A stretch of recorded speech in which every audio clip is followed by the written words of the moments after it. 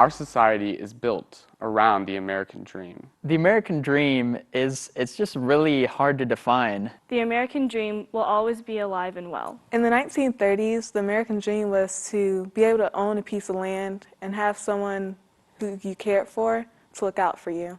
But I think the American dream has definitely evolved. For some, it's about social mobility, moving up in life. And for many, it's just about making money. We expect to have the lives we desire. We are exceptionally young and exceptionally bright. That should account for something.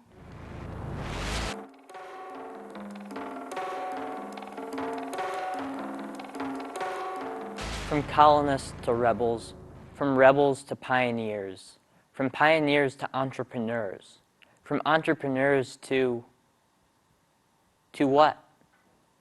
What happens next? For me, the American dream is the ability to build your own life.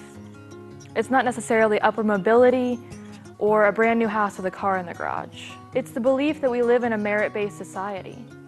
There's no one single American dream. When I think of the American dream, I don't think of a collective whole.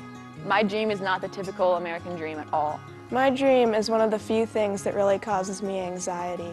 I think when people think of the American dream, they think of money and beauty. They want to look cool. But I think that goes along with money because people feel like they can only be beautiful if they have the cool stuff and the cool clothes, the cool hair products. So money. The American dream is inspirational and cliched. Okay, so we got the Hollywood version of the American dream. Some might call it propaganda. It might be an immigrant from another country or a poor person who wants to move up, and they just work really hard. They work their butt off. When the American dream was prominent, it was about how immigrants could come to this country and find success, not only economically, but also because they could be celebrated for their differences. My dad grew up in a one-room house. His father was a manual laborer. He grew up with only 2 sets of clothing and a pair of flip-flops.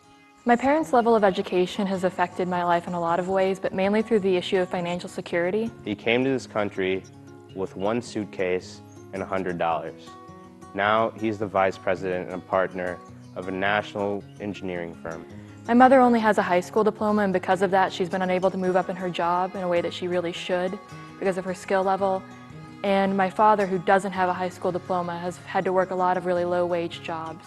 I worry about college pretty much, every day that I think about it, because if I'm going to college for music school, I'm probably not going to get paid very much when I get out, so I don't really want to have very much debt. I don't know what college to go to, and I don't know how to get a job.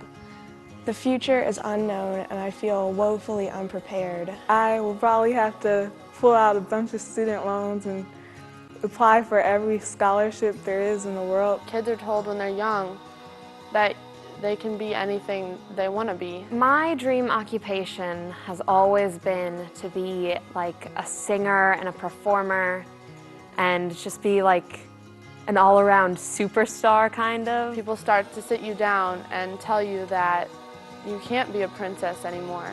You can't be a ninja anymore. Every year it seems that the American dream is becoming more and more just that, a dream.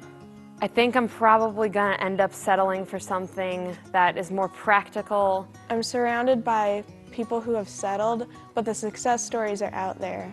I think it's too risky to go to college without a secure job in mind. And I know that the medical field is a much more reliable way to get a job in this economy. I have a plan. Go to college, go to med school, become a doctor, get married, buy a house, have children. Even though I won't have as much fun with it, I'll make money, so I'm kind of at the point where I'm compromising on my dream to make ends meet. My dream of being a writer might have to go on the back burner in order for me to make it in today's economy. This compromise may be the cruelest reality of all. We no longer expect streets paved with gold or a chicken in every pot. But as Americans, we have come to expect something from this world. It doesn't matter to me if I have to move overseas or travel somewhere, or even if I get paid less than I thought I would, because as long as I'm having fun and I enjoy my job, I'm fine. I think more about a dream within a dream. To me, the American dream is happiness. I want to be happy.